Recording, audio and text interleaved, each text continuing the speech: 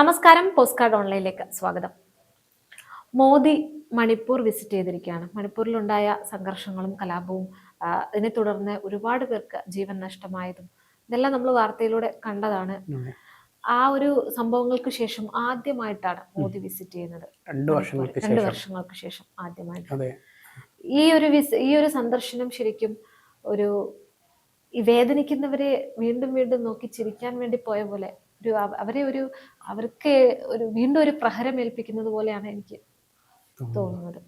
ഇത് സത്യം പറഞ്ഞാൽ ഈ പ്രിയങ്ക ഗാന്ധി ചോദിച്ചതുപോലെ 2 വർഷം പുള്ളി എന്ത് ചെയ്യായിരുന്നു. അപ്പം ആ ഒരു രൂക്ഷമായിട്ടുള്ള പ്രതികരണം നടത്തി മല്ലികാർജുൻ ഖാർഗെ ഒരു ട്വീറ്റ് ചെയ്തിരുന്നു. പിന്നീട് അത് പ്രിയങ്ക ഗാന്ധി വയനാട്ടിൽ മാധ്യമങ്ങളോട് സംസാരിച്ചപ്പോൾ ഇതിനെക്കുറിച്ച് സംസാരിച്ചു. രൂക്ഷമായിട്ടുള്ളൊരു പ്രതികരണമാണ് പ്രിയങ്ക ഗാന്ധി നടത്തിയത്. അപ്പം അന്നു മുതലേ ഈ ഒരു സംഭവം ഉണ്ടാകുമ്പോൾ തന്നെ പ്രിയങ്ക ഗാന്ധിയും രാഹുൽ ഗാന്ധി അടക്കമുള്ളവർ മോദിക്കെതിരെ വലിയ തോതിലുള്ള ക്യാമ്പയിനിങ് നടത്തിയിരുന്നു. കാരണം അദ്ദേഹം പ്രധാനമന്ത്രിയാണ്. എന്തൊക്കെ പറഞ്ഞെന്ന് പറഞ്ഞാൽ അദ്ദേഹം ഒരു പ്രധാനമന്ത്രിയാണ്. അപ്പോൾ അദ്ദേഹം പാലിക്കേണ്ടുന്ന ചില മര്യാദകളും ചെയ്യേണ്ട ചില കാര്യങ്ങളുണ്ട്. അപ്പം അത് ചെയ്യാതിരുന്നതാണ് ഏറ്റവും വലിയൊരു പ്രതിഷേധം ഉണ്ടാകാനുള്ളൊരു കാരണം. രാജ്യം മൊട്ടാകെ മോദിക്കെതിരെ ഒരു പ്രതിഷേധം ഉണ്ടാകാനുള്ളൊരു കാരണം അതാണ്. കാരണം വെച്ചാൽ വലിയൊരു കലാപമായിരുന്നു അത്. കാരണം ഇന്ത്യ അടുത്ത കാലത്ത് കണ്ട ഏറ്റവും വലിയൊരു കലാപമായിരുന്നു മണിപ്പൂർ കലാപം.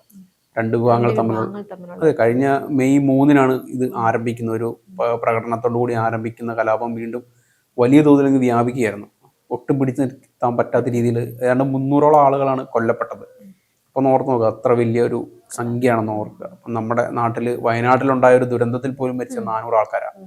അപ്പൊ ഇവിടെ ആളുകൾ അത് അപകടത്തിൽപ്പെട്ട് മരിച്ചെന്ന് പറയാം. ഇത് 300 ആൾക്കാർ കൊല്ലപ്പെടുകയാണ്. അതെ, 2 വിഭാഗങ്ങൾ തമ്മിലുണ്ടായ ഒരു വലിയൊരു സംഘർഷത്തിൽ കൊല്ലപ്പെടുകയാണ് ഉണ്ടായത്.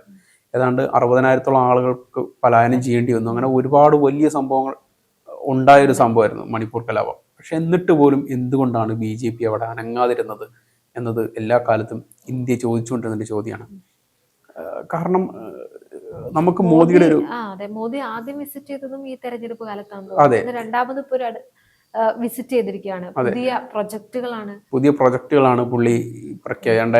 7,000 കോടിയുടെയോ മറ്റു വലിയ 2 പ്രൊജക്ടുകളാണ് പുള്ളി പ്രഖ്യാപിക്കാൻ വേണ്ടത്. പക്ഷേ ഇത്തരം പ്രഖ്യാപനങ്ങൾ കൊണ്ട് ഒരിക്കലും മണിപ്പൂരിലെ മുറിവ് മായുമെന്ന് എനിക്ക് തോന്നുന്നില്ല. കാരണം കലാപങ്ങൾ ഒരിക്കലും നല്ല രീതിയിൽ അവസാനിക്കില്ല.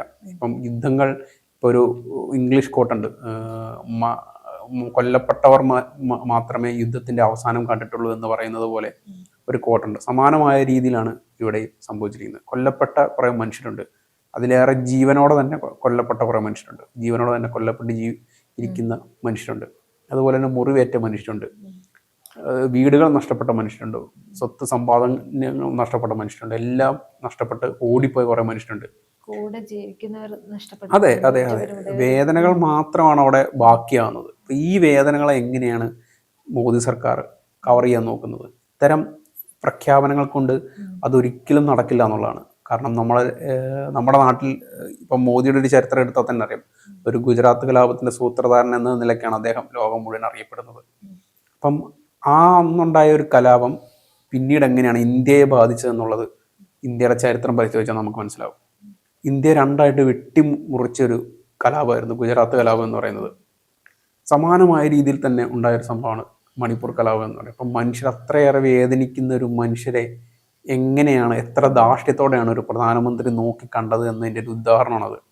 പുള്ളിക്ക് അത് വളരെ സിമ്പിളായിട്ടാണ് പുള്ളി അതിനെ കാണുന്നത്. അപ്പം അന്ന് പ്രതിപക്ഷമടക്കമുള്ള പാർട്ടികൾ ആ സ്ഥലത്തെത്തിയും സമാധാനത്തിന് വേണ്ടി ഒരുപാട് പരിശ്രമിക്കുകയും ഇപ്പോഴും അവിടുത്തെ ആ ഒരു തീ അണഞ്ഞിട്ടില്ല എന്ന് വേണം കരുതാൻ. ഇപ്പോഴും അവിടെ സംഘർഷങ്ങൾ നിലനിൽക്കുന്നുണ്ട്. കേന്ദ്ര രാഷ്ട്രപതി ഭരണമാണെങ്കിൽ പോലും ഇപ്പോഴും സംഘർഷങ്ങൾക്കൊട്ടും അയവ് വന്നിട്ടില്ല, സമാധാനം പുനഃസ്ഥാപിക്കാൻ അവിടെ പറ്റിയിട്ടില്ല. എന്നിട്ട് പോലും ഈ ഒരു പ്രധാനമന്ത്രി എന്ന് പറയുന്ന ഈ മനുഷ്യൻ കാണിക്കുന്ന ഒരു നിസ്സംഗത എന്ന് പറയുന്നത്, പുള്ളി അതിന് ഇപ്പോഴൊരു വോട്ട് മാത്രമാണ് BJPയും പ്രധാനമന്ത്രിയും കാണുന്നത്. അത് തന്നെയാണ് പ്രിയങ്ക ഗാന്ധി പറഞ്ഞതും. അതെ, സാധാരണ ഇന്ത്യയിലെ ബാക്കി പ്രധാനമന്ത്രിമാരൊക്കെ എന്തെങ്കിലും ഒരു വിഷയം ഉണ്ടാകുമ്പോൾ അവരവിടെ ആ ഒരു സമയത്ത് വിസിറ്റ് ചെയ്യും, അല്ലെങ്കിൽ സഹായവും അല്ലെങ്കിൽ സാന്ത്വനവും ആവുകയും ചെയ്യാറുണ്ട്. പക്ഷെ നമ്മുടെ പ്രധാനമന്ത്രി മാത്രം 2 വർഷം എടുത്തു അദ്ദേഹത്തിന് അവിടെ ഒന്ന്. അതെ, അതാ പറഞ്ഞത്, അദ്ദേഹത്തിനെ സംബന്ധിച്ച് ഇതൊരു പുത്തിരിയല്ല. ഇതെല്ലാം കണ്ടു വളർന്ന ഒരു മനുഷ്യനാണ്. ഇത്രയും ഇരുണ്ട ഒരു മനസ്സുള്ളൊരു മനുഷ്യനായിട്ടാണ് അദ്ദേഹത്തെ ഇന്ത്യ കണ്ടിട്ടുള്ളത്. കാരണം അദ്ദേഹത്തെ സംബന്ധിച്ച് കലാപം ഉണ്ടാകുക, മനുഷ്യർ കൊല്ലപ്പെടുക, അതിൽ നിന്ന് രാഷ്ട്രീയ നേട്ടം ഉണ്ടാക്കുക, അതിൽ നിന്ന് രാഷ്ട്രീയ നേട്ടം ഉണ്ടാക്കുക എന്ന് പറയുന്ന ഏറ്റവും വൃത്തികെട്ട, ലോകത്തിലെ ഏറ്റവും വൃത്തികെട്ട ഒരു മനസ്സിന് ഉടമയായിട്ടാണ് അദ്ദേഹത്തെ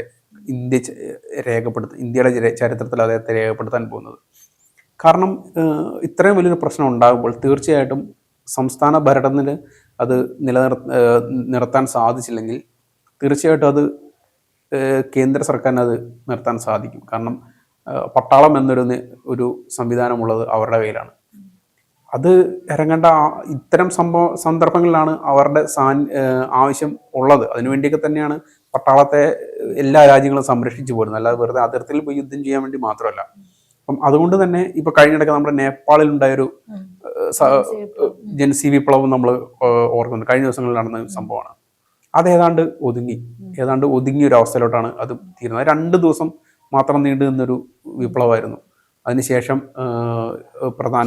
അവിടുത്തെ പ്രധാനമന്ത്രി രാജിവെക്കുകയും പല സംഭവ വികാസങ്ങളും ഉണ്ടാവുകയും ചെയ്തു. അത് ഏതാണ്ട് ഒതുങ്ങിയൊരു അവസ്ഥയിലായിരുന്നു. പക്ഷേ മണിപ്പൂർ എന്ന് പറയുന്ന ഒരു സ്ഥലത്ത് 2 വർഷമായിട്ട് തുടർന്നുകൊണ്ടിരിക്കുകയാണ്.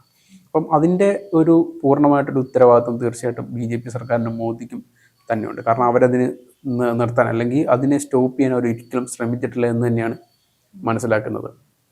അതായത് എല്ലാ കാലത്തും വർഗീയ കലാപങ്ങളോട് ഒരു ഇഷ്ടം പ്രകടിപ്പിക്കുന്ന ഒരാളാണ് മോദി. അപ്പം അതുകൊണ്ട് തന്നെ പുള്ളി അത് ആസ്വദിക്കുന്നുണ്ട് എന്ന് പലപ്പോഴും വിമർശനങ്ങൾ ഇന്ത്യയിൽ നിന്ന് തന്നെ പല മാധ്യമപ്രവർത്തകരും ഉയർത്തിയിട്ടുണ്ട്. അപ്പോൾ അവിടുത്തെ മാധ്യമ വാർത്തകൾ കണ്ടാൽ പോലും നമുക്കത് മനസ്സിലാകും എത്ര വലിയൊരു പ്രശ്നമാണ് അവിടെ ഉണ്ടാകുന്നതെന്ന്. പക്ഷെ എന്നിട്ട് പോലും അത് പ്രധാനമന്ത്രിയോ അല്ലെങ്കിൽ ആഭ്യന്തരമന്ത്രിയോ അത് അറിഞ്ഞ ഭാവം പോലും നടിക്കാതെ അതിലൊരു രാഷ്ട്രീയ ദുഷ്ടലാക കാണുന്നിടത്താണ് പ്രശ്നം വരുന്നത്. അപ്പം ഇപ്പൊ പുള്ളി അവിടെ എത്തിയിരിക്കുന്നത് എനിക്കൊന്ന് 2 വിഭാഗങ്ങളുടെയും ശക്തി പ്രദേശങ്ങളിൽ പുള്ളി സന്ദർശിക്കുന്നുണ്ട്. അതിലൊരു വിഭാഗത്തിനുമായി സമാധാന കരാറൊക്കെ അവർക്കുള്ളതുകൊണ്ട് കുഴപ്പമില്ല. പക്ഷെ മറ്റൊരു വിഭാഗം ഇതിനെ എപ്പോഴും അനുകൂലമായിട്ടുള്ള ഒരു സമീപനം അല്ല സ്വീകരിക്കുന്നത്. അതെ. അതുകൊണ്ടാണ് കഴിഞ്ഞ ദിവസം മോദി വന്നപ്പോൾ പോലും ഒരു സംഘർഷം രൂപപ്പെട്ടിരുന്നു. കനത്ത സുരക്ഷയിലാണ് വന്നിരിക്കുന്നത്. എന്നിട്ട് പോലും പുള്ളിക്ക് അത് മനസ്സിലാവുന്നതല്ല, മുതലെടുക്കുകയാണത്. ഇത്തരം സാധ്യതകളെ മുതലെടുക്കാനുള്ള ഒരു പ്രത്യേക കഴിവ് മോദിക്കുണ്ട്. അപ്പം അത് അദ്ദേഹം മുതലെടുക്കുകയാണ്. എന്തായാലും പറഞ്ഞു വന്ന് ഈ ഒരു പ്രഖ്യാപനങ്ങൾ കൊണ്ട് തീർച്ചയായും മണിപ്പൂരിലെത്തി അണയില്ല. അപ്പം മോദിയെയും വിലയിരുത്തുന്ന ഒരു തെരഞ്ഞെടുപ്പുകൾ കൂടിയൊക്കെ ആയിരിക്കും.